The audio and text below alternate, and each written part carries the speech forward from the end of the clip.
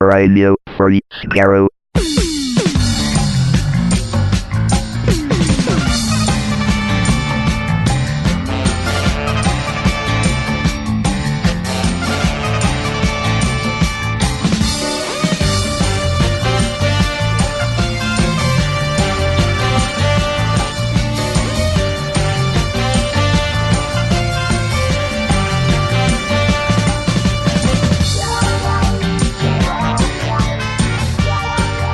Hello, everyone. Welcome to Radio Free Skaro, episode number 709.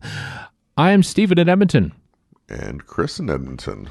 And Warren is currently in the air, flying from the United States back to his home in Vancouver, just in time for the commentary for Demons of the Punjab with guest Claudia Boleyn, which we recorded well in advance, much earlier, so much earlier that I've forgotten everything that we say in it. But but it was fun though. Claudia was great, and of course, if you're a Patreon subscriber, you will have already been able to hear these because we've been releasing these commentaries early to Patreon subscribers about 10 odd days early on our Patreon feed. So patreon.com/Radio Free Skaro is how you can get a hold of that, or you can just wait 10 odd days and listen now. Thank you for your support. So yeah, that's what's coming. As I mentioned last week, we had sort of like penciled in maybe New York Comic Con would be the big promo day for Doctor Who, and we would talk about all the stuff that was announced for Doctor Who at New York Comic Con, but that didn't happen. No. Chris. There was nothing at Doctor Who Comic Con. I saw a little blurb earlier this week, or maybe late last week, something about New York Comic Con, all these announcements to be made by Jodie, and then it was Jodie Hauser for the Titan Comics stuff, which they've announced some stuff, including a potentially fun little 13th and 10th Doctor crossover related to Blink somehow. It is. Five alternate covers thing. That's exactly what it is. It's the second season of the 13th Doctor comics, which is written by Jodie Hauser and drawn by a number of artists, including Rachel Stott. The first issue is the 13th Doctor meets up with the 10th Doctor in a wonderful reimagining of the iconic Blink TV episode. So yeah, Weeping Angels and the Autons descend on 1960s London. So basically, it's kind of like from what I can tell from this one word in the blurb, you know how the Doctor and Martha get stuck in 1969 and have to ask for Sally Sparrow's help. Well, this is perhaps what happens in 1969. Is what I'm guessing anyway, but. You could pre-order it, though. End of October. It's coming out in January of 2020, perhaps to coincide with the debut of Series 11, if that is indeed when it's coming out. Maybe. We don't know yet. We don't know anything. I know that Picard's coming out on January 23rd because they had another trailer at Comic-Con there. So yeah, the more I see Picard stuff filter through, get released, the greater my indifference to that. Oh, really? Interesting. How come? How come? It has zero appeal to me whatsoever. Wow. And like I say, the more I see of it, the less I want to watch it. Oh, what is it now? I'm curious because I saw the reaction to it. And then I finally watched it like an hour or so later, and everyone was like doing screen caps of Picard and Riker sitting on a bench and stuff, and all all the other TNG cameos, and I just assumed like the whole trailer was like chock full of it, but no, there's like 4 seconds worth of like Riker cameos in that trailer, and the rest is like a bunch of new stuff, and so I'm watching that and I'm going, I'm really excited about what's going to happen with Picard. It's fun to see, Riker and Picard drink tea together on a dock. But it's the new stuff that I'm actually more intrigued by. But I take it that's not the case with you. Not yet. I mean, I don't know. We'll see. I think part of it is TNG was there. It's done. We don't need something else with Stewart and Marina Sirtis and Jonathan Frakes and Brent Jerry Spiner Ryan and Jerry Ryan. Like that's the why. That's not even Yeah. I guess technically they're sort of contemporary, sort of. And then, yeah, so I don't really want the old stuff, and I don't know enough about the new stuff to like or care yet. So maybe when it airs, and because I will watch it, at least give it a chance, or try to watch it anyway. I'm sure we will. It's just, I don't know. Discovery, on the other hand, oh boy, can't wait for that. Yeah, they had a trailer.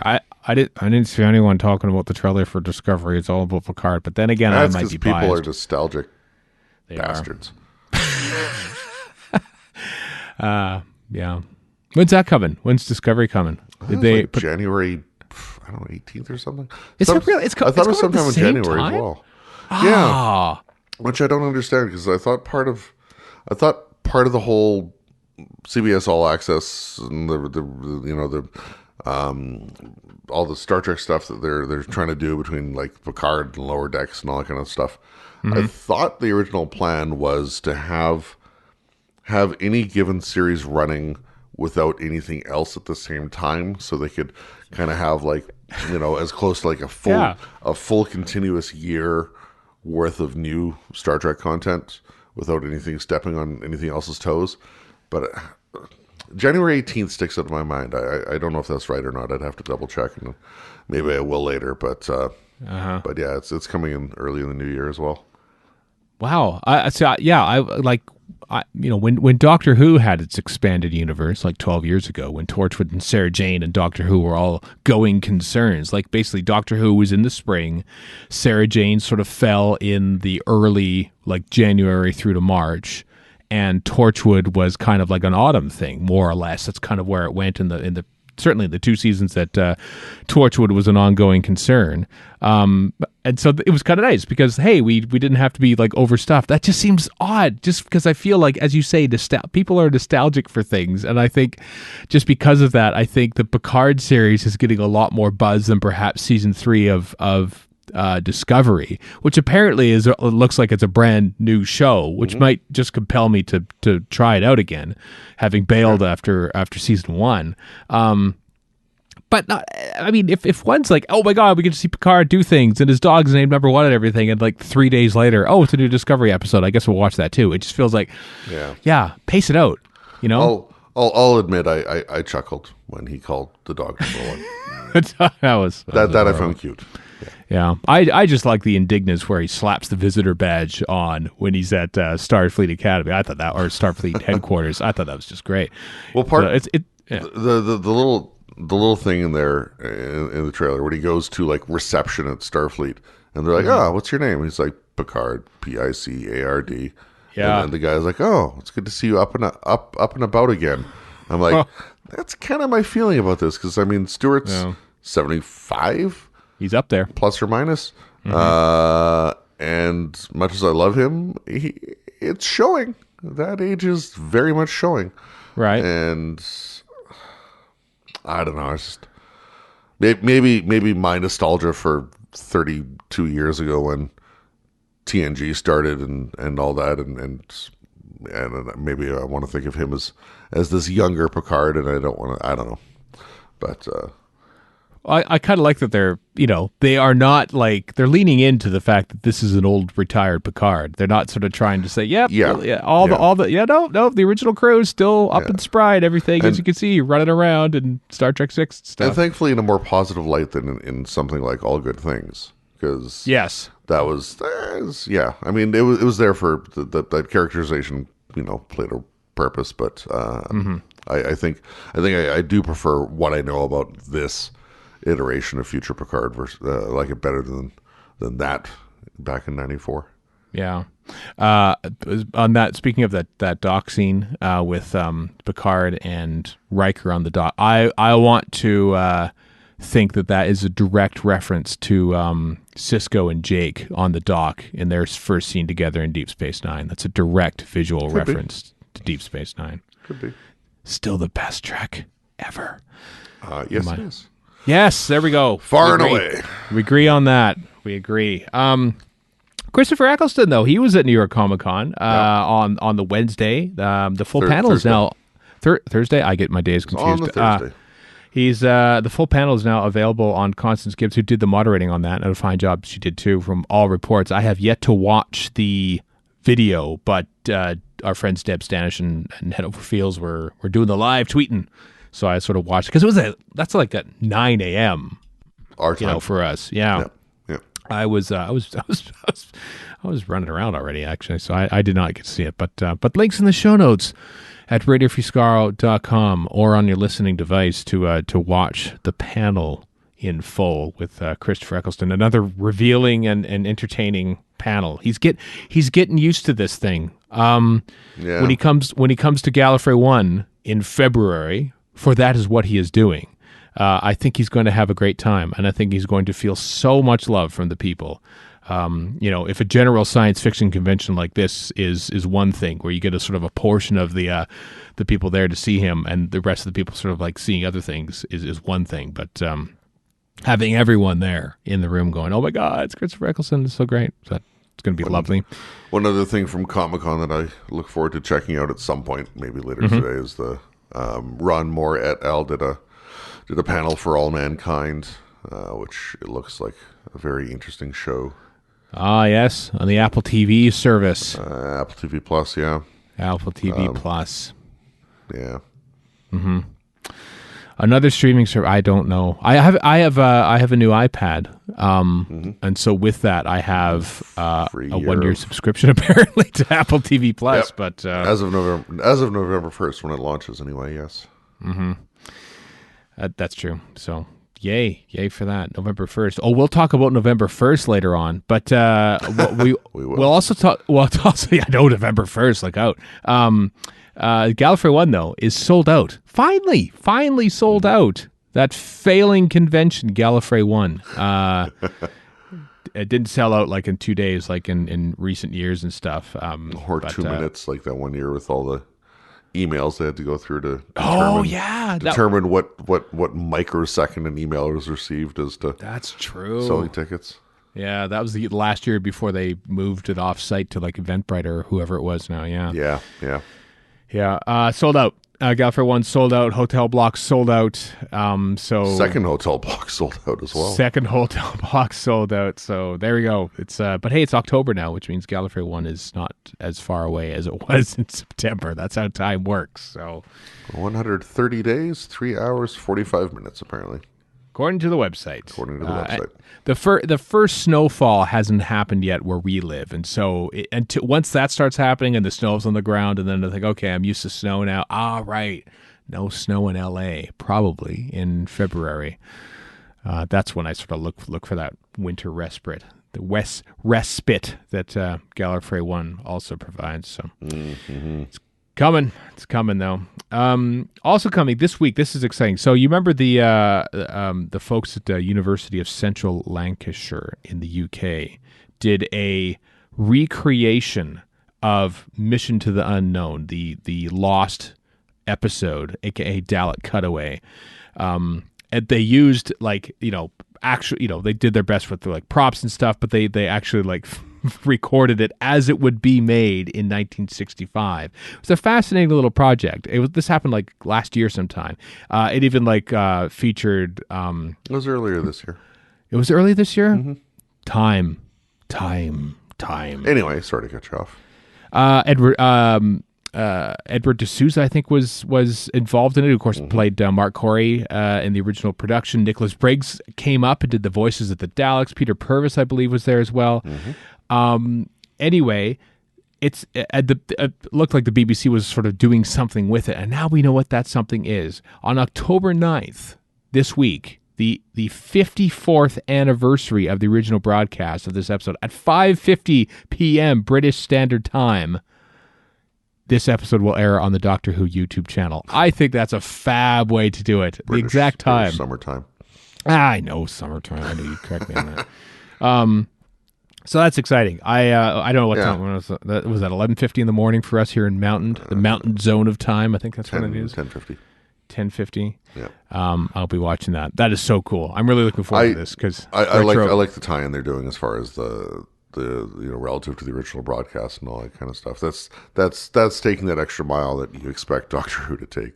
They did, yeah, because that's what they did with the Power of the Daleks animated recon on the 50th anniversary. That they released it, I believe, at the exact time of 50 anniversaries of the original broadcast of Power. So that's exciting. I'm looking forward to seeing this. The trailer's on the official DoctorWho.tv website. It's cool because, it looks like props in 1965, man, which is just great. There's some cheese. There's some cheese.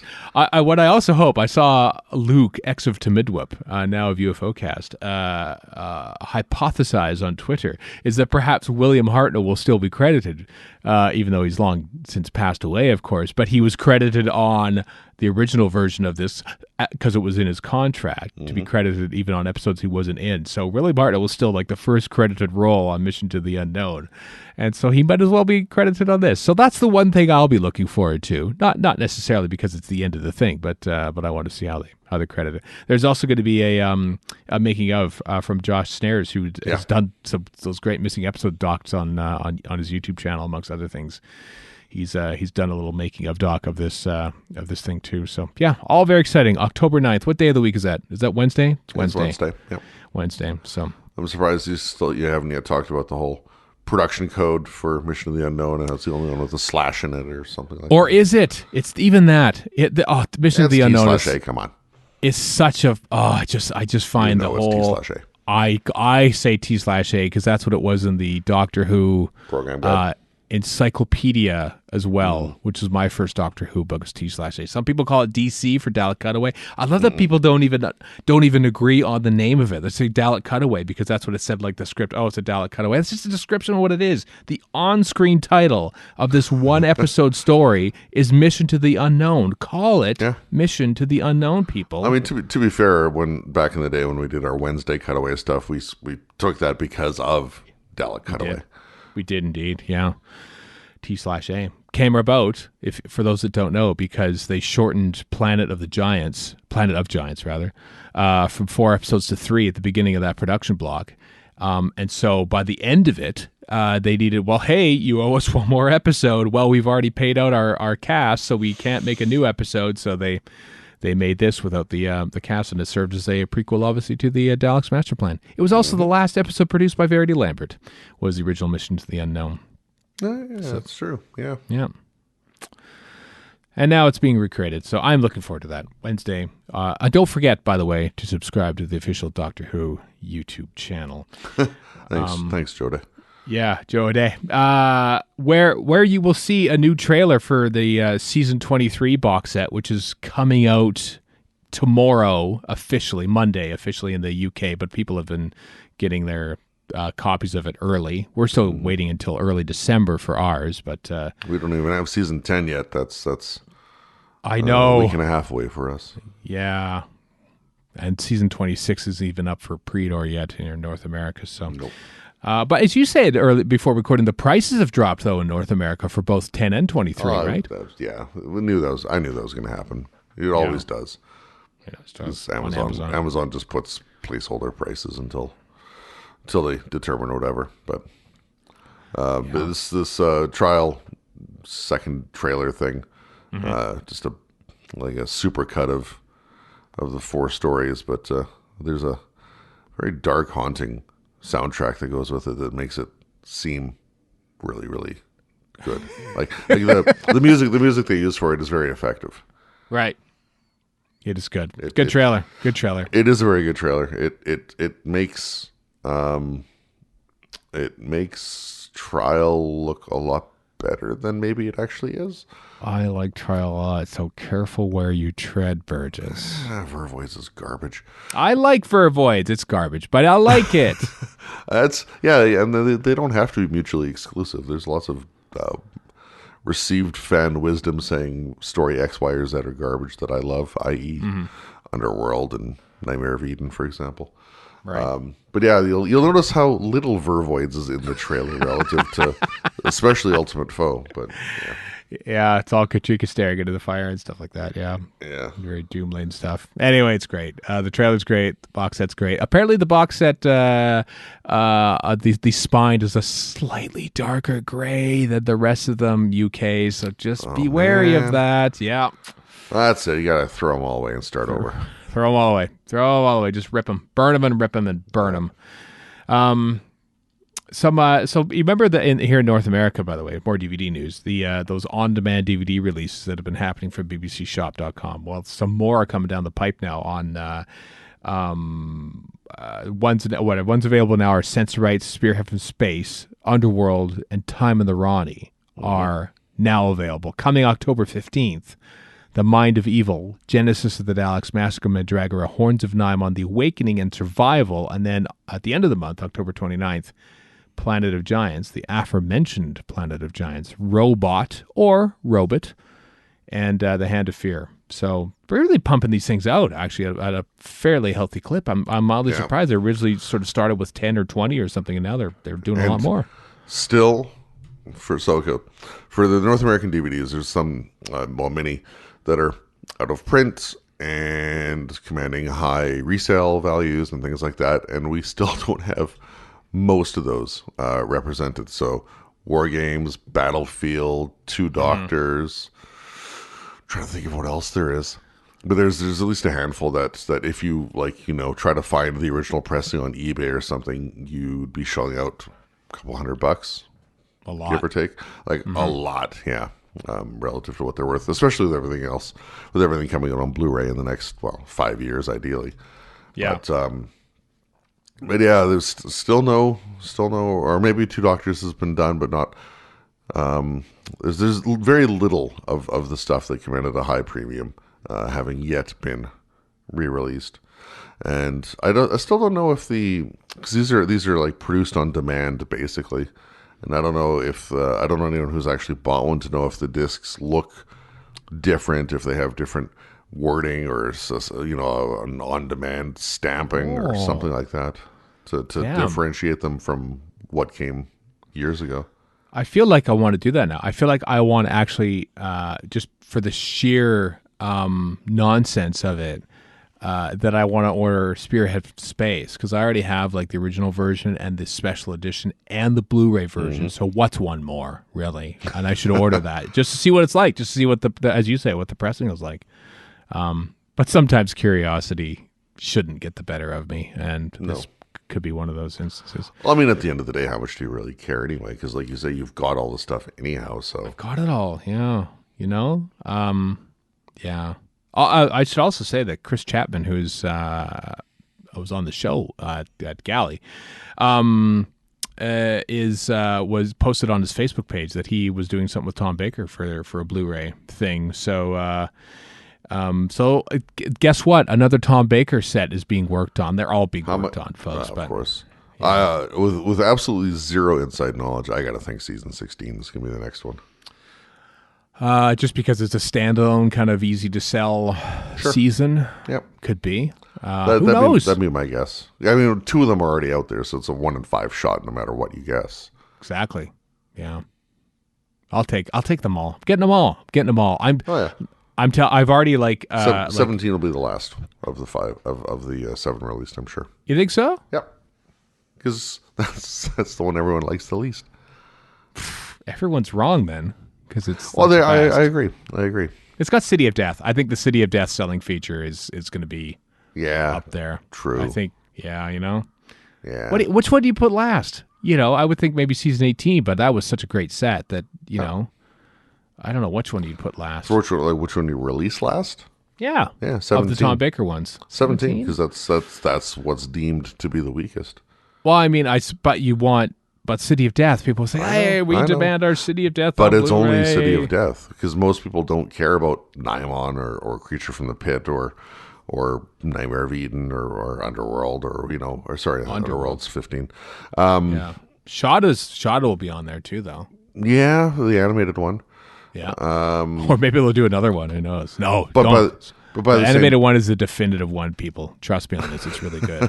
But by the same token, the same thing could be said for 13 with Seeds of Doom, or the same thing could be said for 14 with Deadly Assassin. And you can't do 15. 15's the last. Last 15. One? Yeah. Maybe. 15. It's generally considered the weakest, probably, isn't it? Just because of the Underworld and... but then they got Horror, Fang Rock. Yeah. Which is also good. Some people like Invasion of Time. I'm not really amongst them, but I love it all. I love all of Doctor Who. I don't care. Just give me them. I'll buy them. I'm hooked. You got me once again. Yep. Damn you and your passion for the show and making the best possible quality product you can there. BBC. Well done. Thanks. And all the VAM. That's so much VAM. That's the big thing. Like I was saying before we started recording, I've barely cracked the plastic on season 19. I haven't touched season 18 yet. When I still haven't even finished the Capaldi Blu-ray set I got for Christmas last year. You're so terrible. You're at the terrible. I think the next one is Husbands of River Song. I think is where I'm really? at. So I'm 2/3 through. Yeah. But there's still so much stuff that I have sitting on my bookshelf, ready to go. Like all this stuff with the season 18 writers, with Andrew and Andrew Smith and Chris Bidmead and all that. Like I am so looking forward to that thing with them and Gallagher, etc. And I still haven't even cracked the spine. Just watch it. Here's the thing. Here's the thing about Blu-rays and stuff. You don't have to go in sequence. You can just take a Blu-ray out of the machine and put another Bluray in. Well, you don't have to. It could be a different one. But I do. You don't have to though. Oh, come on, break that. Break this. That's more. Break. That's more of a cat. That's more of a cat thing. She's gone through way more of 19 because she's a huge Davison and season 19 fan. Yeah, but she's gone through way more of that. Have I even watched anything? I think I've watched Castrovalva. Let the chains of DVD releases shatter. Just don't. Just disobey them. Watch them in whatever. Remember when we were growing up, we were watching these things on PBS, and sometimes we'd jump in and, I guess we're watching Creature from the Pit, and then Monday to Friday would be like an entirely different story from an entirely different season. We watched that and we'd just go back to the mentality. Yeah, pop VHS, go, you know what? I want to watch Creature from the Pit today, and then tomorrow I'm putting in the Dominators just because I want 2 back-to-back stories that are crap. But I have the power to do that. I like the Dominators. I do too. I like them all. So let's just put them in. It's so good. That 19 set is probably my favorite just because of the amount of raw studio footage that's on it. I just love it to bits. Yeah. And it's Davison's first season, which I love. And I'm not a Davison Doctor fan, so. That's true. You'll grow to love him. I've already... It's only taken 35 years and it hasn't happened yet, so. I've already sidled out the 5 stories from season 10 on my DVD shelf, just ready for the Blu-ray to just sort of pop right in there. Oh, yeah. Next week when it finally arrives. You're going to start with Time Monster, get it out of the way? I'll throw away Time Monster as well, you mean? Or Oh, wait, no, sorry. Never mind. I'm thinking wrong things. You made a wrong error there. I did. Yeah, that's right. I did. That's all right. I expect that from a non-Davison fan. What else we got here? There's a couple things here. I think we're done the DVD news and the DVD talk for this week. Good. This is exciting. November 1st, I mentioned that date. November 1st, we'll see the release of a new album called Got It Covered. Yeah, we've talked about the album in general before, but... have we? I don't remember that at all. Okay. I don't know, some weeks ago anyway, when it was first announced. But sure.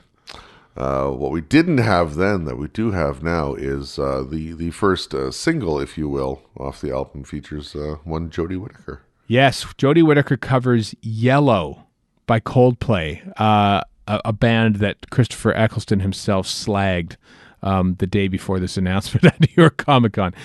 So Doctor Who's are fighting, which is always sad. There's a whole host of Helena Bonham Carter. There's some people with Doctor Who connections, tangential though they may be, like Jim Broadbent, who of course was in the Curse of Fatal Death. Olivia Colman does Glory Box by Portishead. I'm intrigued to hear that. Sean Dooley, who was of course in The Ghost Monument. Luke Evans, who was in The Hobbit. That's all I know him from. I don't care if he's in other things. I do not care. Saran Jones, who of course was in Doctor's Wife. And that Mona Lisa. Yeah, Sarah Jane Adventures. Yeah. David Tennant covers Sunshine on Leith by The Proclaimers. A real stretch for him. Yeah. Big time. You were saying that you weren't aware of Sunshine on Leith, but that's the album that has 500 miles, and I bought that back in the day to get 500 miles and listen to the crap out of that album. So you know that song well, then, is what you're saying. I do know that song fairly well. Yeah, I haven't listened to it for several years, to be honest. But yeah, there's even mentions of Canada on that album. Well, how about that? I tell you what, the cover version by Jodie Whitaker is really good. You could tell she got some like that's not like singing alone in my bedroom kind of like cover art. It's like that's a properly trained singer there. But it's like a sort of a theatrical performance, perhaps more so than perhaps a pop. What I love about it, that's analysis, not criticism. What I love about it is that occasionally some of the words she sings, that Yorkshire accent comes through nice and thick, and it's great. It's charming. It's like lovely. Every time she says "love." Yep. Yeah. Yeah, it's pretty cool. November 1st, that whole album comes out, but that one song is available like on Apple Music and Spotify, and I think in the UK only on YouTube. So, but all for a good cause if you want to drop down some money in support of children in need. Coming November 1st. So that's pretty cool. Also kind of cool, as the last item before the commentary is we stumbled on this. You stumbled on this, Chris, on YouTube. It was posted almost 3 years ago now, over 3 years ago now. A TV special on a Philadelphia station, WHYY, or Y, about the Doctor Who conventions in Philadelphia. It's like a 37-minute thing, and it's actually features footage from two separate conventions from 1984 in Philadelphia. That were that one of them had Sarah Sutton and Martyr as guests, and then Louise Jameson and Terrence Dicks were there. These are two creation cons, is what they were. And they're creation, okay. They're creation, yeah, and they have like long chunks of on stage panels from all four guests, especially Terrence Dicks, which is great to see. You know, the recently departed, sadly, Terrence Dicks, but like seeing him in his prime there, talking about stuff, and Bergerac era Louise Jameson on stage there, like it's fascinating to hear their tales then, perhaps in the early days of conventioning, and we would hear these tales as the years went on. But it's also fascinating just to see what conventions are like back in 1984, just how they're just sort of like in this. I mean, they're all in hotel conference rooms, I suppose, but it just seems like a very small, sweaty room with like a raised platform of about 6 inches, and that's sort of the stage at these things. And it's just sort of like Louise Jameson standing on stage, and like the fans are like right there. Like, there's no separation at all. It's a quite fascinating snapshot of where we came from. Yeah, and that's the experience I had for the 180s convention I went to that the local fan club put on with Sir John Levine as the only guest. Sir John Levine. Yeah. Those are the days. Back in 88, right? That's when it was? Back in 88. 25th anniversary of Doctor Who. What a time. What a time. Anyway, you can watch the whole thing. It's a fascinating little snapshot. And they have little interviews with fans and stuff too. And so, it's quite neat to see where fandom was back in the glory days of 1984 when Doctor Who would go on forever and ever. This will mean nothing to anybody outside of Canada in all likelihood, but I was remarking before we started recording how it reminded me of the Planet of the Doctor series that CBC put together back in 2005 to welcome back Doctor Who when CBC actually broadcast it, because they used a lot of footage from like Toronto fan events and even some stuff from Gallifrey 1 when it was at I think it was 2003 or 4, I can't remember which one. When it was at the Airtel and all that. But yeah, it's just I don't want to say amateurish. I don't, but I do. Right. Everything was amateurish. Everything was back in those days when we think about it. Even the production of the show, some might say. Yeah, in some ways. Yeah. Anyway, that's it. That's it for our news today. As you can hear in the background, the song is Yellow. The artist is Jodie Whitaker. The album is Got It Covered, BBC Children Indeed, coming out November 1st. But after this break, it is time for our commentary for Demons of the Punjab with guest Claudia Boleyn. Look how they shine for you. Look how they shine for you. Look how they shine. Look at the stars. Look how they shine for you. And all the things that you do. Yes, welcome back, everyone. It's time to resume our commentary series with episode 6 of Series 11, Demons of the Punjab. And we have with us a special guest, Claudia Boleyn, 1/12 of the Time Team, YouTuber, Doctor Who reviewer, and all-around very nice person. Hello, Claudia. Hello, lovely to be here. This is a rarity in that you have I was going to say a personal stake in this episode, but you are you and your family are actually personally connected to this because your family was living in the area in Punjab during the partition of India. Is that right? Yeah, that's true. My grandma, who is Indian, actually lived there, and she came over here with my dad when my dad was like 3 years old, and she actually has quite a few memories of the kind of partition and all that stuff. So yeah, it is quite a kind of personal thing to me, I suppose. Did they move to Sheffield as well? Oh yeah, definitely. And I'm currently travelling with the doctor, so Really? but don't tell anyone. I won't tell I anyone. should put that in the intro. That's kind of important. Yeah, I won't tell anyone at all. Yasmin. It's all fine. All right. Let's try to have fun with this episode of very sad episode of Yeah. Doctor Who, but it's what we do. So I assume you all have your legally purchased North American only Blu-ray copies because it is Especially a the North person American. from England, yes. Yeah, we Yes. sent you a North American copy. I'm really sorry about this. I hope this isn't like insult you or anything like that. But Oh, it's there's- fine. I'm not insulted at all. Good. There's extra frames in there and stuff. It's all very complicated. Okay, good. We've got it all queued up. So here we go. Demons of the Punjab in 3, 2, 1, play. Starts with the BBC logo, everyone. Don't panic. I'm already panicking. Yeah. Opening titles. And what we're not hearing is the Indian twist on the... Well, not the opening theme. On the theme. It was only the Yeah, closing. that's the closing ending theme. Yeah. So we're hearing the normal theme. Yeah. Which I thought was pretty brilliant, actually. Quite like. What did you think of the opening titles, Claudia?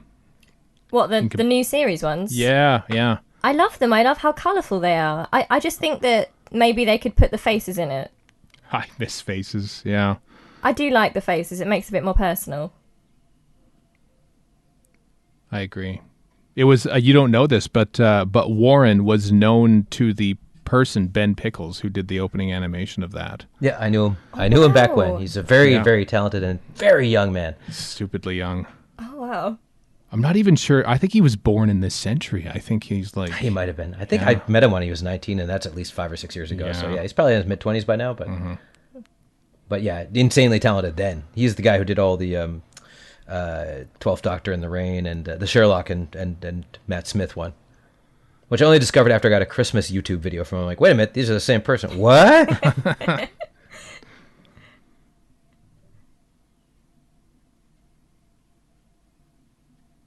Okay, if and when they do come up with an action dolly for Yaz, I want that hat as an accessory.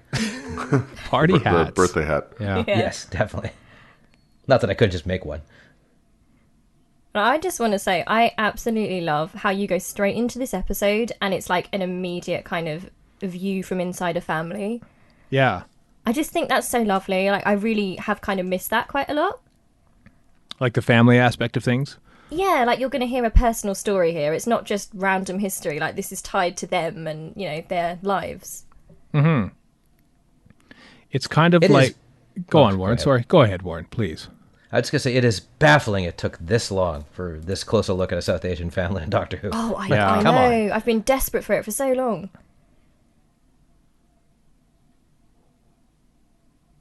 I actually Also, now I want all these delicious treats they have on the table. yeah.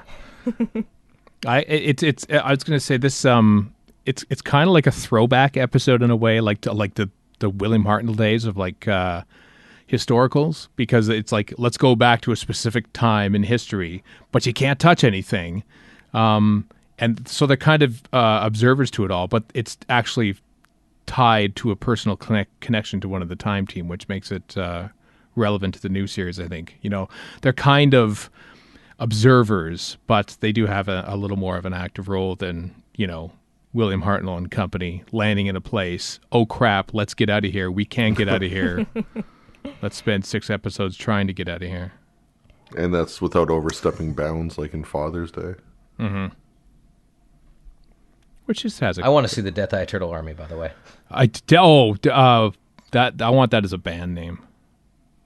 Too, very much so. Yeah. Am I the only one who's like screaming, "Remember Father's Day, don't do this"? Yeah. when they did this. This could I only guess that lead was to a badness. few generations ago, so. Yeah. What's your origin story with Doctor Who, Claudia? Well, I started watching it with David Tennant. Mm-hmm. I'd seen it a couple of times when Christopher Eccleston was on, but I didn't really get into it then. But I got really hooked in with David Tennant, and then I became completely obsessed. Like, my planner at school was covered in it. I was writing assignments on it. Like, it just kind of took over my life, and kind of from there on, I've just become completely obsessed, really. That is, we could have said that exact same story, except with different doctors in different years, and we'd have the exact same. I mean, you always feel like really tied to the one that you first kind of know, and they kind of feel like your doctor, but I don't know, it's exciting to kind of watch it all change. Mm-hmm. But like your doctor is like 3 doctors ago now. That's the crazy thing. I know. I still don't think anyone's matched him yet, for me anyway. Yeah. See, for us, it's Tom Baker, because we grew up watching him. Not So in the many 70s, yeah. but in the 80s on repeats here in Canada. Yeah. And so I've said this before, but I love how much of a gearhead she is. yeah. Like way more than most. I guess Matt Smith was a bit of a gearhead, but not that much. Wait, what is a gearhead? Just like into building stuff. Oh, and, okay, and making right. stuff. Because she's got the welding mask. She's kind of like Pertwee is about the only one who comes close, really. Yeah. I mean, they're both similar in that. I like her goggles look. I know. Yes. Yeah, That was she's had those lovely. all the time. Yeah. Series 12 needs to find her guest hosting on Top Gear. Yeah, rebuilding an engine or something. As the Doctor. She needs As the Doctor. Yeah, she needs to be covered in more engine grease, I think, Like dirty her up a little bit. Like Absolutely. I don't know if that's... I don't know how to take that, Stephen. Engine grease, Like, I'm not sure if that's like fantasy or just like this would be a good thing in the story. I think it'd be a great thing in the slowly. story. I'm going to change the subject and ask. The You're number on one your thing I way. thought when they did this is how damn hot is it? Because it's pretty hot in India. So like, Well, are or they wearing Spain. jackets They that shot should this be in worn? Spain, right? Spain, yeah. No, but I just mean like in terms of the story. Like they're walking into what degree heat is this? Well, it's and why would they August still be wearing jackets? in northern India, so think about how hot that is. The answer's very, I'm assuming. I'm going to check the Googles just to... Sure, go ahead. Okay. We're recording this in late July. What was the weather forecast for the Punjab area of India? Yeah, in 1947. August 1947. 1947. See, the problem is Well, I can, so I will. Some webpage out there will have that Oh, information. absolutely, yeah. We're watching this with like the audio down, so we're not hearing the amazing music. Yeah, the music is fantastic. It was superb. It's actually the Beatles. Well, I have the weather in August 2018, so Yeah. I have to do. 37 degrees. So, yeah, this guy is dressed properly. Everybody else is not. I have to say that I've said this before, but I miss when what a gorgeous shot. I miss when Doctor Who and her friends go back in time, that they don't dress up in like period costumes and See, stuff. I was really hoping we'd get that, I really thought, especially with a female doctor, it might be really great to see her kind of in period costume. Yeah. But, yeah, I don't know why they haven't done it, really. Well, I think about that, but then what would like Graham wear here? Like, would he be dressed as He like did a wear that British hat. officer? He did wear the Like, hat in, yeah. Oh, okay. Yeah. in whatchamacallit, Yeah. Witchfinder. It wasn't his hat though. But it really fit him. Like it should be his hat. It should be his hat, yeah. I like that reaction. Like, who the hell are you people? What? Why? Yeah. Stop that immediately.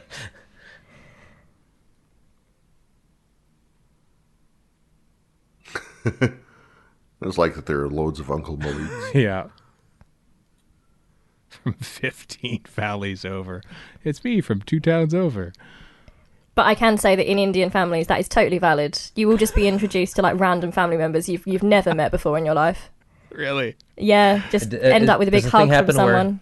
Yeah. Does the thing happen where people who aren't your uncles, which happens, Yeah. with everybody, but that happens a lot with Chinese families too. I've met a couple aunts that aren't aunts, but are still friends of friends. Yeah, and for the longest time, you actually believe you're related to them until you randomly find out one day that no, that's just a family friend that you've just called uncle all your life. Yeah. Okay, now I might be being totally stupid here, but one thing I do not get about this episode All right. is, right, so her gran is introduced to her here, right? And she recognises her. But, like, does the older gran not realise? Well, to be fair, it's like 70 years ago. But she, Don't they allude to she that looks at the identical, end, though? though. Maybe not. No, they don't. No, because she even looks like her grand looks at her, the henna on her hand. It goes, "Oh, who did this? This is terrible," and stuff. I think it was actually her. Oh yeah. 70 years ago. 70 years ago is a long time. I assume I haven't lived 70 years yet, and I hope I will. But I suppose I have to live to be 90 to remember what Yaz's grand. I think it depends here. though. Like you'll see people who've gone through a real tragedy, and then they're still choking up 7 years later Yeah. about it. So and this is that, and also. I would assume random people popping in from nowhere is not a thing that happens very much in this village, so you'd remember that too. Well, I definitely think in the Punjab, I think this lot would stand out to you. Yeah, but that too, yeah. Yeah, with the glows, right? Absolutely. Curry clothes, telling you. And a blonde lady walking around like she's in charge in the Punjab in 1947, that would definitely stand out. I know. Yeah. It just- I don't know that if they'd just- be too happy about it, to be honest. Yeah, exactly. Yeah, exactly. Maybe that's why they need to be incognito. And then, do you dress up the rest of them as like everyone else is dressed here? Would that feel like a little bit off too? So okay, we'll just go with normal Yeah. clothes. But the witchfinders would. Oh, that's just like prime territory for some great frocks and period wear, and they don't do it. Mm-hmm.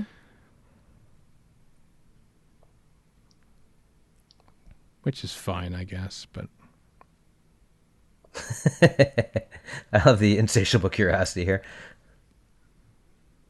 I just love how they leave so much hanging. Like so many things, so many threads to have to explore. Like, what's this announcement they're waiting for? What about Prem? Wise, did she have the Hindu first husband? Mm-hmm. Yeah, we never meet who she actually married. Like this is the story of the grandfather who never was, in a way. I love the way they use this set for practical light shooting through and stuff like that. Mm-hmm.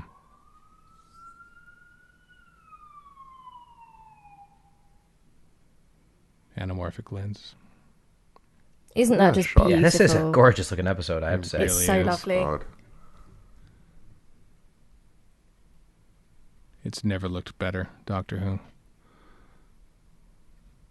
In its proper. Although I bet screen. somebody who lives in the Punjab is watching this going, that doesn't look like the Punjab. What Yeah. are you talking about? Have you? It's like anybody have you who ever lives in been back? Vancouver where they film everything like me Yeah. going, come on, that's not Yeah, that's not. that's not New York at all. Come on. Have you ever been back to that area, Claudia, at all? I've to actually compare? never been. I've been offered many times to go back. I would like to, but no. I mean, I've never been in my life because my dad came over when he was 3. So yeah, I mean, loads of my family still live there. So I've got family over there that we're in contact with, but I've never personally been. It's like a wish list kind of thing. Mm-hmm. Well, when you go, because you will go one day, I'm Yes. assuming. Just let us know how this looks compared to what actual Punjab Oh, region absolutely, looks like, absolutely. and critique it. Give it I'll a just really be good dragging this episode horribly through the mud. Like, that doesn't look like that. What are you doing? I mean, at least they went to Spain. They didn't say, let's maybe try to find some sunny part of Wales that we could do this Oh in. my god! Imagine this that filmed would in not happen. Cardiff. Yeah. There's no way. Like do it all on blue screen or something like that. Yeah. I do like how this thing with the mental thing is just black and white and some weird glitchy stuff. Yeah. And that's it.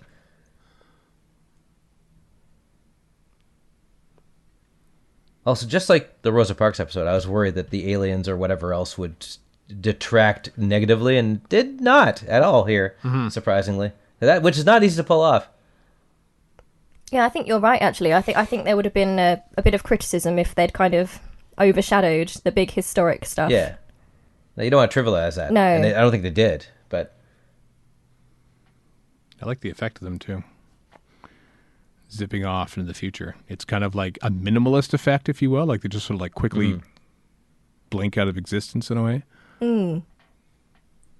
Well, they wait for the best effect, the holograph thing later, which is Yeah. probably my favorite part of the episode. Oh, it's beautiful. It's so lovely. We're nerds here, by the way, Claudia. We like to focus on aspect ratios and frame Yes. rates, and so All right, well, when you're talking about that, I'll just be nodding along over here, pretending I know. I Sure. know what's going on. Yeah, sure, whatever is the proper response. Yeah. because the new frame screen ratio here, we're at 2:1 now as opposed to 1.85 to 1, which looks great because it's more widescreen. But here in North America, BBC America and Space here in Canada just aired it like full screen, like basically cropped. It just looked awful. I was going to say that's what Panavision is, but Panavision is, in fact, 2.35 to 1, so I can outdo you in terrible nerd nonsense. Nerds. I've seen other shows shoot at 2 to 1. Like I'm watching The Boys now, and it's shot, I think, 2 to 1 because it's letterboxed on a widescreen. There's a few shows out there. I saw one recently. I can't remember which one. Oh, Stranger Things. Stranger Things is also, which I haven't seen all of yet, but That makes sense because the glory days of that widescreen was the 80s for sure.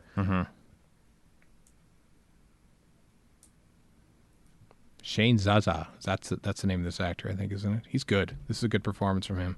He's basically the I lead. get bad. Sorry. No, I'm just I saying get he's bad basically 29 the lead of the show. What did you say, Warren, sir? I was just saying, I get bad 2019 vibes off this too. Oh, he believes anything nowadays. I'm like, well, that sounds awful familiar.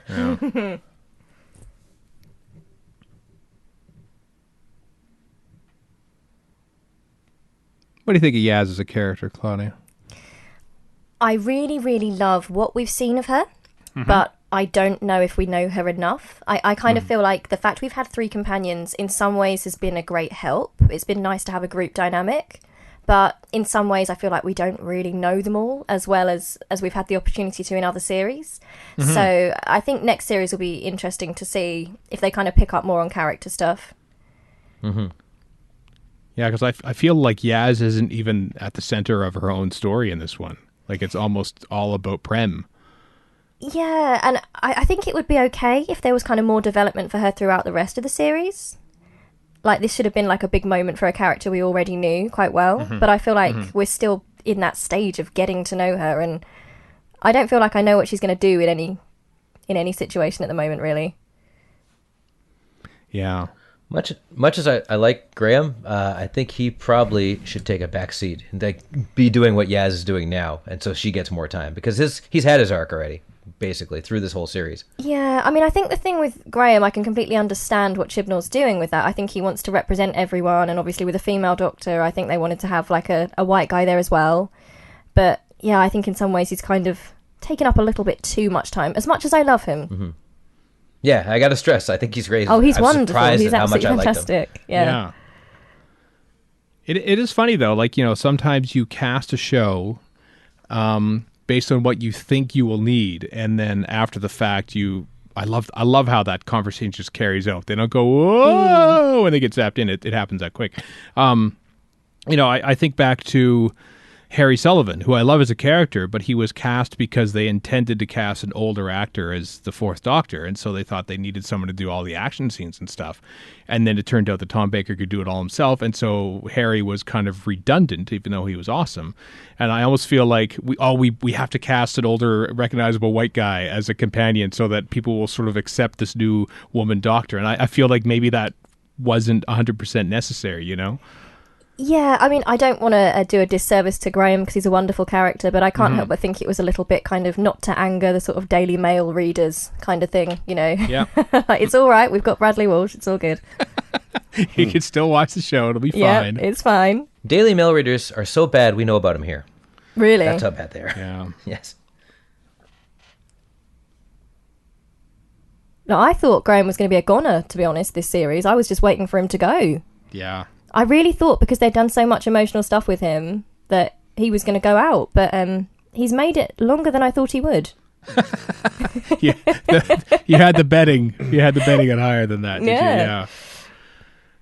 Yeah, it did feel like at the end of Battle of Radsgraf Kolos that I thought, okay, this is kind of his arc coming to a close. Like he sort of like defies the Doctor a bit. Yep. He sort of locked himself up there. I'm going to take Tim Shaw out with me because he killed Grace and everything. Okay, this is going to sort of, but then it didn't. And okay, I was thrown a curveball. Well, it's interesting that he's still going to be around because, I mean, it does feel like he's had kind of a complete arc. Mm-hmm. So where are they going to go with exactly, him, really? He's like Han Solo in Return of the Jedi. Thinking, well, I guess I'll just do the same things as I did in the previous movies, except be not as angry about it.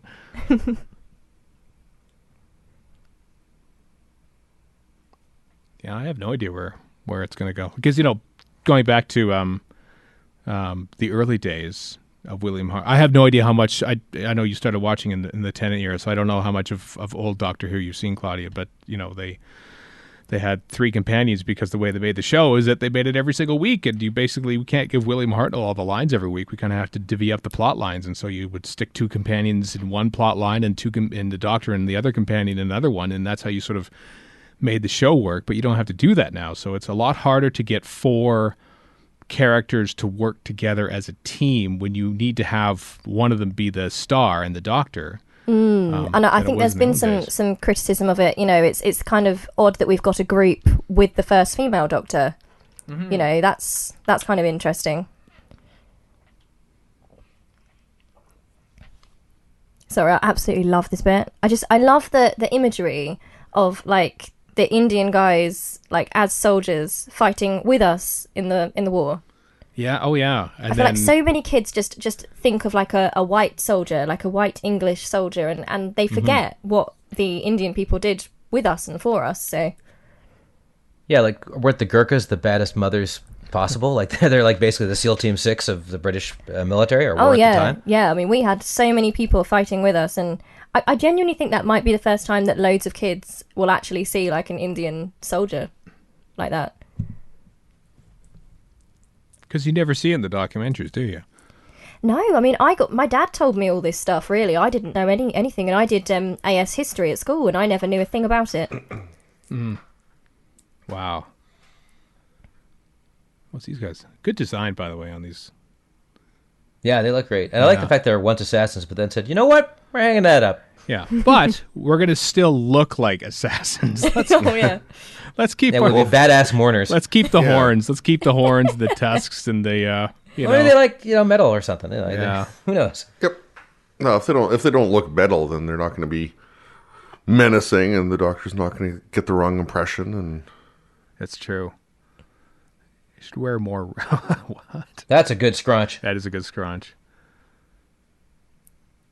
You could do a good montage of all the scrunches throughout the. Oh, it's already been done. The scruncher cut. Scruncher cut. Stop that immediately.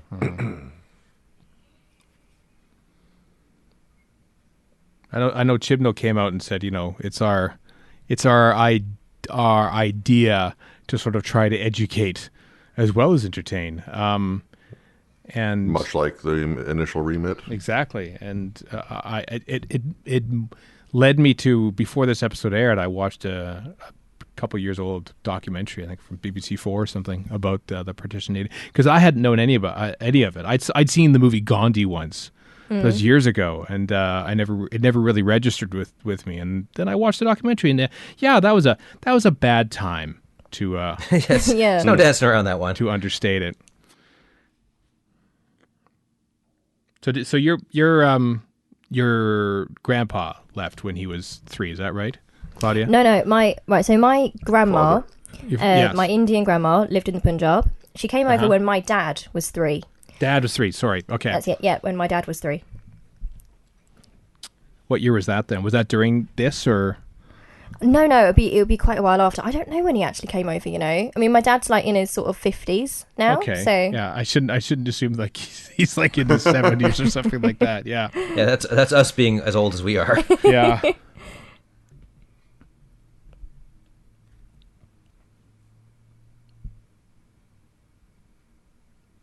So did they have to so they were there during the partition then? Did they have to Well, I know that it was a difficult time. I mean, my grandma doesn't really talk that much about it, or if she does, she hasn't really spoken to me about it that much. Like, my grandma speaks Punjabi, so we've got a little bit of a language barrier between us.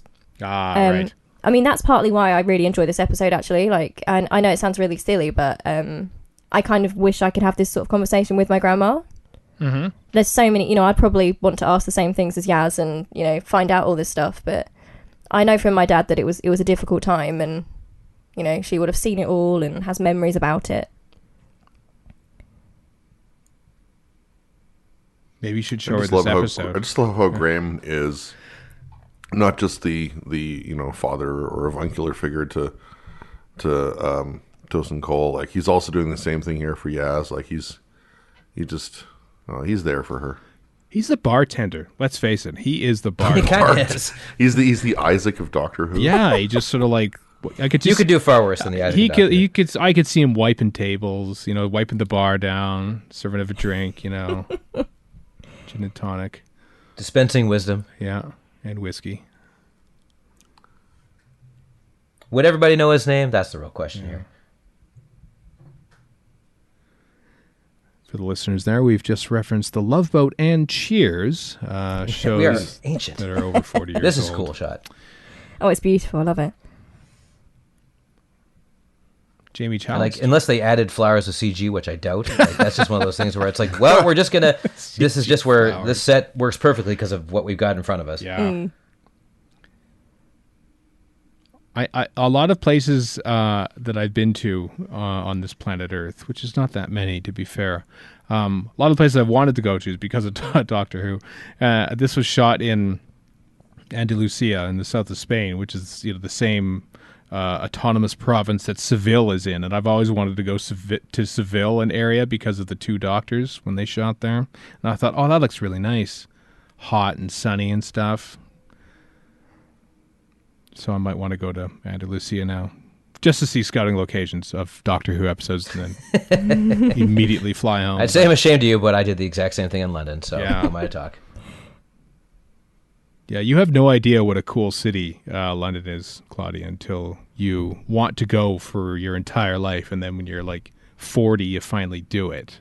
Well, I haven't been that often.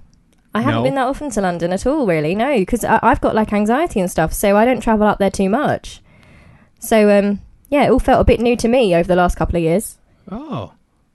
I told my friend who guided me around, you have to understand, we see this through a 1970s video camera lens. This is how we see England. Show. I actually asked him, why aren't the cars going, meh, meh, meh, meh, meh, meh? You know, the know. old siren from like the 60s and 70s? Yeah. Show me the locations that have not changed since 1983, please. And he did. He did. Like, He where the found them. BFI is. That's from... Frontier in Space. Yeah. Yes, Frontier in Space. Nerds. Yep. We are Pathetic, nerds. really. Oh, can't have a universe with no Yaz. There should have been a moment there. There should have been a look from Yaz there, I think. I know. Do you guys like those two as a romantic couple, or? Yeah. I've yes, got and no the problem Doctor. with it. I'm personally very into that. I think that's a great idea. I thought mean- they were going to really lean into it after that those exchanged looks at the end of Arachnids of the UK. Oh, absolutely. I really thought this was going to be another kind of 10 Rose situation. Uh-huh. And I just think that would be amazing, but I don't know if they'll go for it or not. I mean, I read her as bisexual, personally. I mean, I think with her mum asking, I mean, it was nicely written, if she was seeing a guy, if she was seeing a girl kind of thing. So be nice to see some sort of confirmation of that, I think. Uh-huh. Because they sort of teed it up like the first moments of Woman Who Fell to Earth, where, Ryan and Yaz meet and they realize they're in the same class and think, oh, okay, I can kind of see where this is going. And then we have that, those looks in Arachnids. But I think it's this episode, she sort of says, what's the point of having a mate with a time machine? I'm thinking, don't put her in the friend zone already. No, I'm on. Thasmin all the way here. Thasmin all the way. Yeah, don't You did it with Martha, don't do it with Yes. don't shove her in that closet already. Let's have fun of this. Let's explore. Series 12 is where it'll all happen. Yeah. Come on, shippers demand it. I mean, there is the age gap. That is the unfortunate thing when we ever think of, like, doctor-companion relationships, is that there is literally thousands of years difference between... Well, that's why the Doctor and Missy are or a Master, take your pick, is the only one that really works because they're presumably about the same age. Yeah. I do ship them in every incarnation, to be honest. Yeah. That's one of my favorite. Such a comedian. I said this before, but it is really cool to see this because you couldn't do this with any other Doctor for obvious reasons, right? So it's neat to see this with the Doctor, finally. Well, I like that, I probably said this before, but I like how to this new time team and everyone who she meets, basically, the Doctor meets, is that they only know her as a woman. Like, she doesn't have to answer for her male past. She just, like, so she gets to make the jokes on her own. Yeah, she'll make oblique references or whatever, but they're just like, what are you talking about? Like, okay, whatever, you're weird. That's another weird thing you're talking about. And when she says half an hour ago, I was a old Scottish bloke or whatever the exact wording was, that's so easily dismissed as just nonsense. What a weirdo! Yeah, I do think they could do a bit more with that, to be honest, because when they said they were going to have like a female Doctor, there's so many aspects of history and so many perspectives that you can only really get if you've got a Doctor that's kind of read as female. Like, there's so many situations she can go into. I mean, there's so many women in historical times that will instantly kind of trust her and see her as an ally. And I kind of wish they'd kind of go into that a bit more. I sense some unfulfilled wishes here in Series 11 from you, Claudia. Is that, I like it a lot. I think it's very different. My favourite is the Russell T Davies era, like, for sure. I mean, I like some of the old stuff. I am a sucker for the Second Doctor and Jamie, that era. When there's Jamie and Zoe and the Second Doctor. Love that. Yeah. Love the Russell T Davies era. Not a fan of the Moffat era at all. And I've kind of come back in with the Chibnall era, and I kind of like it. I'm giving it a chance. I think it needs a bit more time.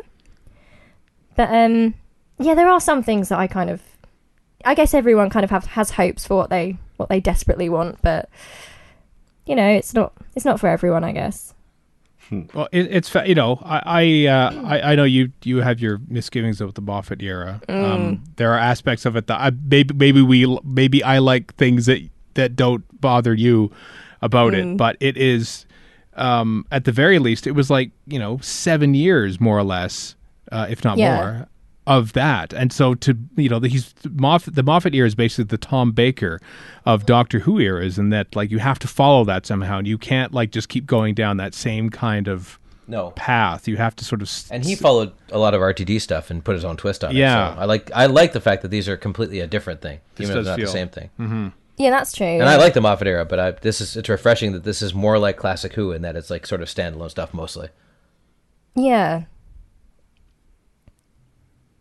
So you didn't actually bail from the show during the Moffat era, did you, at all? I turned into like a hardcore critic. Like, I Series 5 I actually really enjoyed. I really like the kind of fairy tale element that Moffat does. I think that's pretty cool. I was a fan of Amy. I liked the 11th Doctor a lot initially, but as we went along, my kind of feminist senses started tingling. I started thinking, oh God, what's going on here? And I just kind of gradually faded out of it a bit. So I'd still watch it, but I began starting to feel kind of irritated with certain aspects and missed opportunities and things. And yeah, it was a sad time as a Doctor Who fan, a very sad time. You're not alone. A lot of people sort of like faded away from the show, I think, especially maybe after the 50th anniversary, certainly. I was so disappointed by the 50th anniversary. I think I made a video about it on my channel, and I think it was just... I became really kind of disillusioned with it all.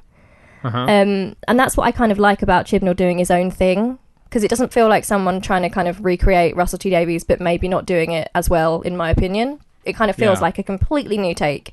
And if some people don't like it, like, I respect that. There's things that could be better, but I think it's brave that he's done something completely different. Yeah, there's I was surprised by how many people I know in, the Doctor Who fan community and stuff, who I just assume were just fans of everything. And then when this series came on, like, they were telling me, like, I'm finally watching Doctor Who again and enjoying it. Like, I didn't even realize you were not enjoying it. Yeah, part of part of that too is Capaldi. Like I liked Capaldi's Doctor. I know you love Capaldi's Doctor, Stephen, but a lot of people did not like him. No. Like they just didn't. They just rubbed him the wrong way. See, I reckon it was the timing, I think he was absolutely fantastic, but I just think people were so hungry for change at that point. And I remember when they were announcing the actor they'd chosen, and there was an interview with Stephen Moffat, and he was like, oh, it's something new and original, and I think everyone was kind of thinking, is it going to be a woman? Is it going to be a person of colour? And they kind of revealed Peter Capaldi, and it was kind of like, yay, I love you, but, what new are you kind of offering? I maybe feel like he should have come a couple of doctors down the line almost. Like, he's wonderful, but I think people were so hungry for some sort of change at that point that I just came at the wrong time for me. Well, I don't... And I was going to say, I think that he lost people in the whole grouchy portrayal, which doesn't last that long, really, in the grand scheme of things, but you already lost those people, so... Yeah, I mean, he becomes quite kind, doesn't he? He becomes a lot softer, and I like that. Yeah, I get the feeling that... marvelous sequence here, by the way, that's the episode plays out in front of us. Over this really good sequence. I get the feeling that when Moffat took over, he had an idea of like Peter Capaldi-ish, if not Peter Capaldi himself as the Doctor, but then, third on the audition list on day one, Matt Smith comes in and just wins everyone over, and he's sort of like, I have to cast this guy. He's the best person to ever play this part. And he was amazing. I wish you could have had him in tandem almost, perhaps, It's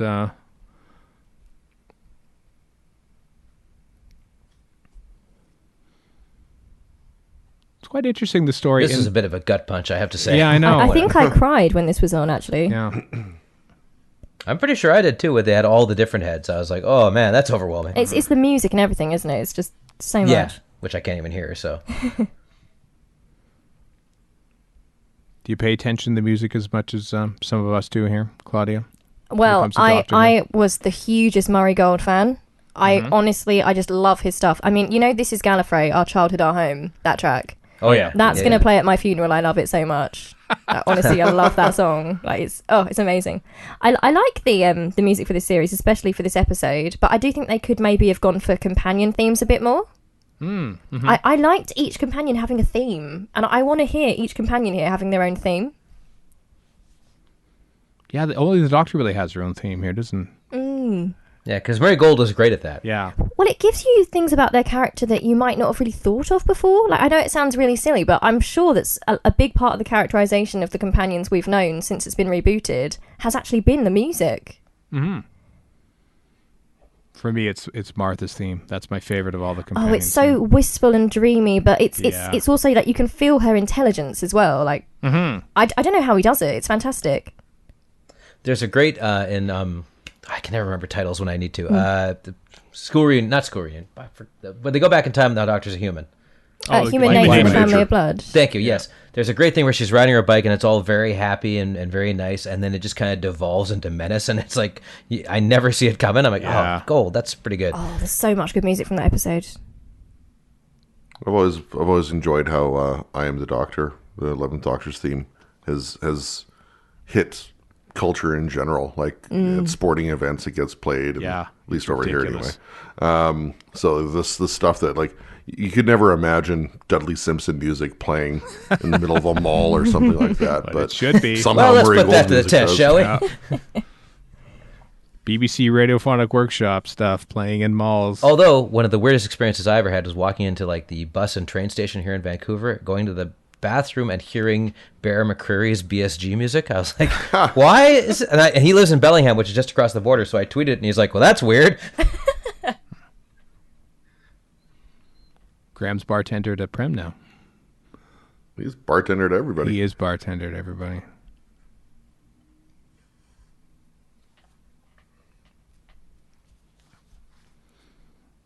We've been talking about other things so much. I have no idea where we are in the episode anymore. We're just about to get married. Oh, yes. And it's speaking of like gut punches and whatnot, we're not quite there yet, but when the brother is revealed to be the bad guy, and just like this division in the family and this contrast of beliefs and what's right for the country and the division and all that, it's just so powerful. Especially with what's going on now, I think that people can really relate it to that. I know a lot of people that I spoke to about this episode were thinking about the kind of tensions we have right now. Oh God, yeah, yeah. Oh yeah, and in the States too. Like yeah, yeah. in Canada, well, cross fingers. Like in some ways, this could almost be a parable for Brexit. Yes, yeah.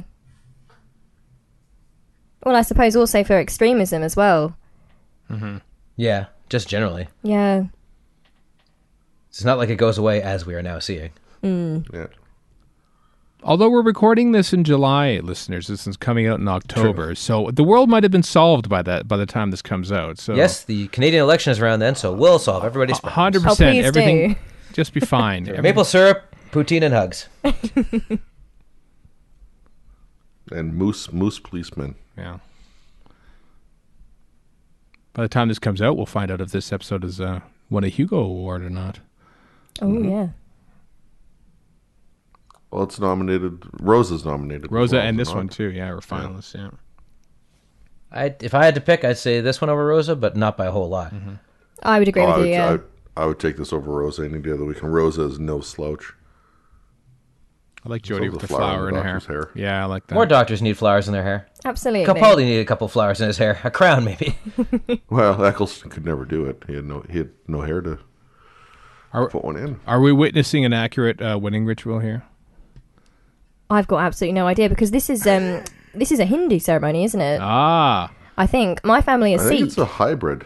So yeah, Okay. it's sort of like a Muslim Hindu kind of mix of stuff. Yeah. I mean, I'm sure Vinay Patel, who wrote this, was very thorough, Award-winning Vinay Patel. award-winning. I think it's so amazing that Chris Chibnall had actually went and looked for diverse writers for this series. I think that made a huge difference. I think. Oh, absolutely yes. Like I think Rosa wouldn't have the impact it did if Mallory Blackman hadn't written it, or if Vinay Patel hadn't written this. Yeah. This is a great speech, by the way. It is. I also like her uncertainty. I'm not sure how to formalize this, you know. She doesn't quite presume to know. Yeah, I think a lot of people have, mostly people who don't really like the idea of a female doctor, have kind of called her a bit arrogant as a doctor, but I don't think she is at all. I think she's very uncertain at times. Yeah. Arrogant. Well, I've really? said this before. Like, this is one of the reasons I love her as a doctor, is because all the previous new doctors, except maybe Eccleston, were all like, "Look at me, I'm the doctor. I'm a big deal." And she doesn't do that, which is completely refreshing as far as I'm concerned. Yeah, she sees herself as a tourist, doesn't she? Just kind of travelling about, mucking around. I think people, let's say guys, who don't want a female doctor, consider her arrogant because she's actually expressing an opinion of some sort. Oh, definitely, yeah. Perish the thought.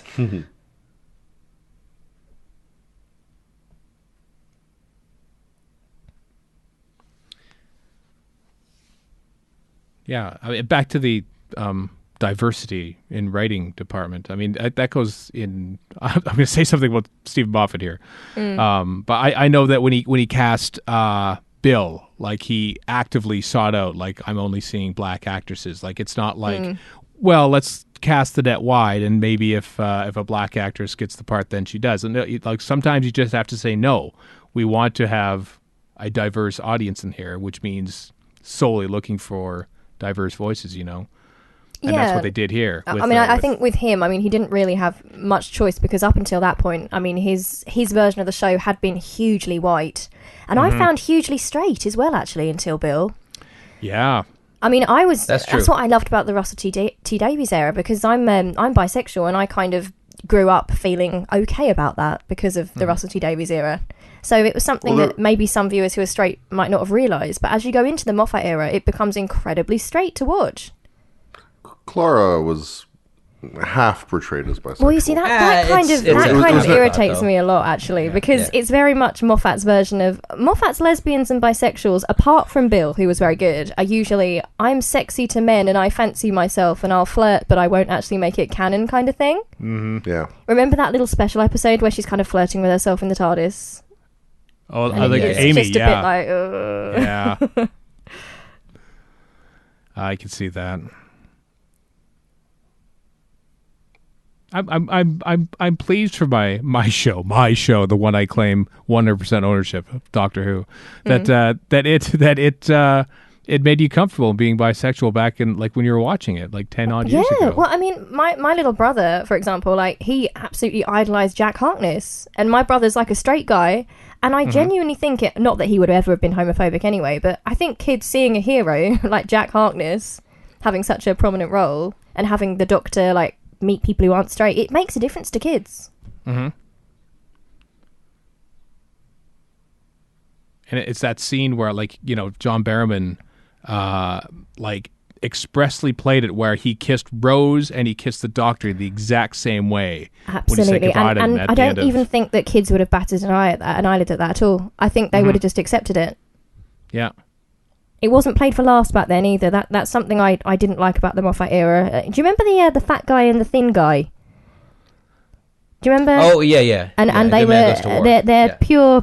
They were simply the fat guy and the thin guy. They were gay, and that was it. Yeah. It was a bit almost comedic in a dark sort of way.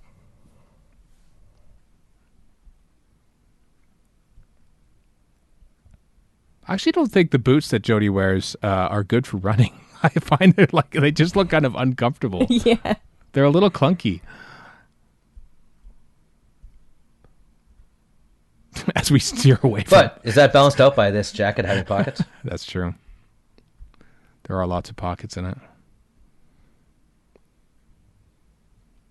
Like how we talk about bisexualism in Doctor Who and just talk about boots right after it. Not to derail that, but that's just how we're doing it. Yep.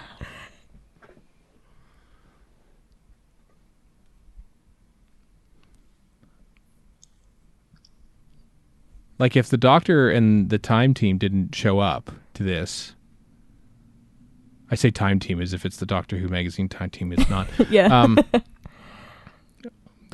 My rule is any Doctor companion team that amounts to 4 or more is a Time Team. That's the rules of such things. If they hadn't arrived here, I'm not sure anything differently would have happened. They might have been a little more aware of what they had to do and stuff, but but they're very much Sheffield. Does it really sound that exotic, Sheffield? I guess it depends, doesn't it? Yes. Although I know whenever I went over to, I think it was Japan or Thailand, one of the two, in 2001, people asked me where I was from.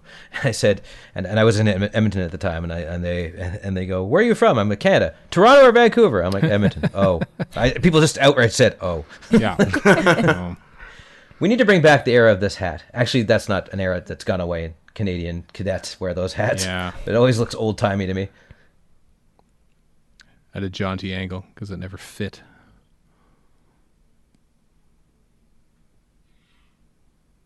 This actor's really good. I haven't seen him in anything else because I don't watch a lot of other TV. But was he one of the Coronation Street gang that was in the big roll call at the end of Woman Who Fell to Earth? Chris, do you remember?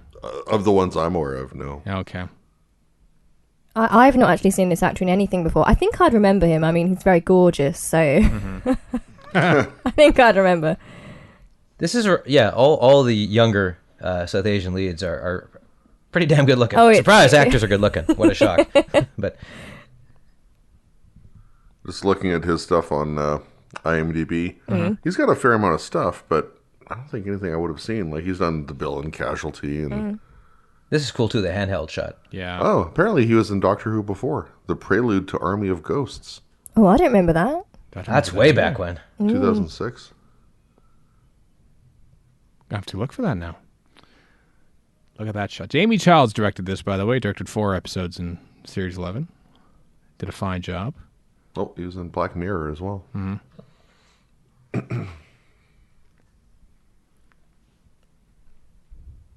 Yeah, there's a reason they gave Jamie Childs 4 of the 10, I'm sure.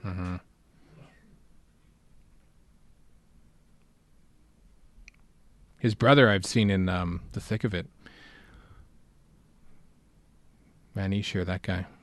He was the student who Peter Mannion bungled the name of and created a big political controversy in Series 4 of that profane but lovely, wonderful, hilarious series. Peter Capaldi wasn't. He was in Doctor Who, as you know. I hadn't heard.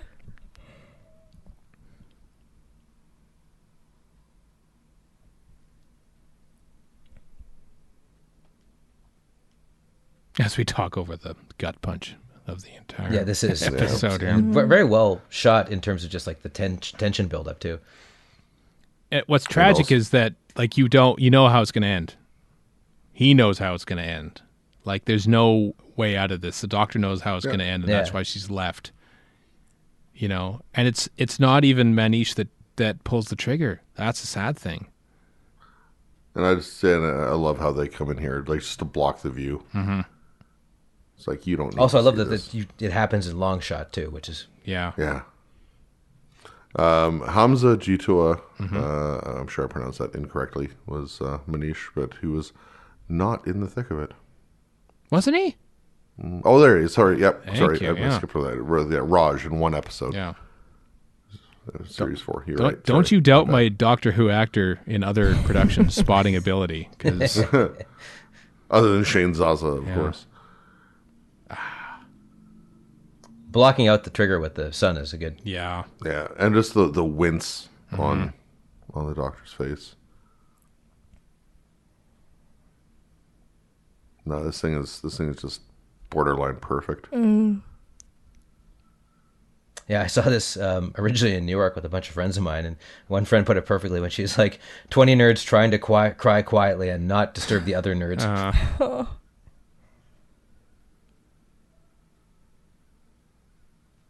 This was shown around Remembrance Day as well, wasn't it? it was On Remembrance Day. Yeah, that was really impactful. Yep. That's a great transition, too. It to the is. Beautiful. Star Wars console. Also, never noticed the floor pattern before either. Not only Remembrance Day, but the centenary of. Well, Oh, yeah. of the armistice. Yeah. Yeah.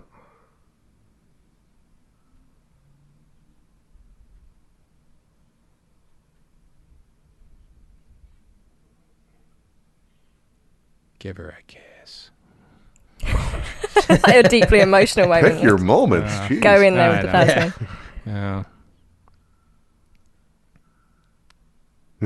I love that. Terrible That's design. a terrible design. That is some sweet South Asian grandma disapproval right there.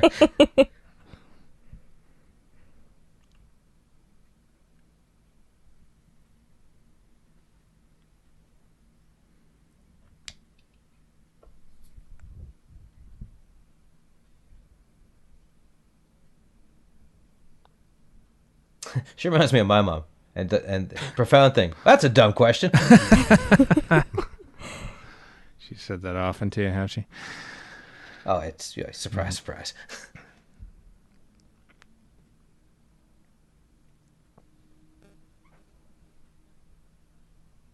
Hey, That's a given, yeah. hey, come on, take that back. But this is actually Canada's selling point right now. We're really boring, and that's just fine. Definitely. Come to Saskatchewan. A life. Well, don't do that. Let's not get ahead of ourselves here.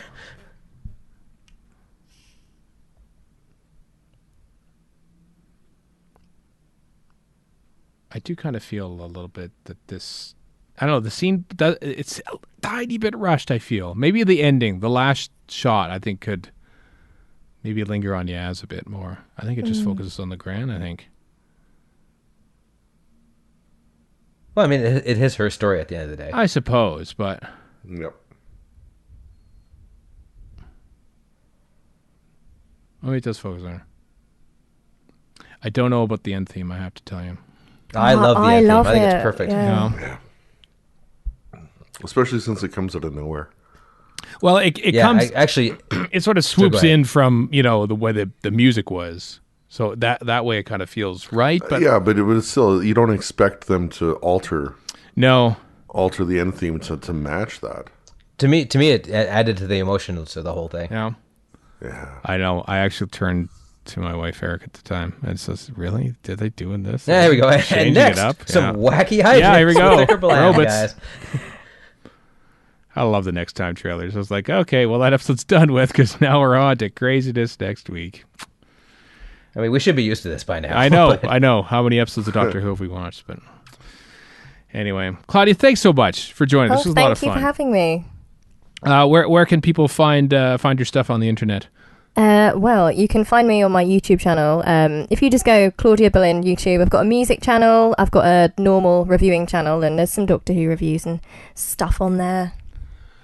Cool. Excellent. Yep. Maybe future review. Maybe in 2 years' time or something, you'll dip back and review Series 11 or something. At some point, I'm sure I will, yeah. Throwback stuff. Awesome. Yeah. Next week, well, as you saw, I'll be talking over Kerblam, and that'll be a fun time for all, I imagine. So join us then, won't you? Until then, I am Stephen in Edmonton. Warren in Vancouver. And Chris in Edmonton. So long for now.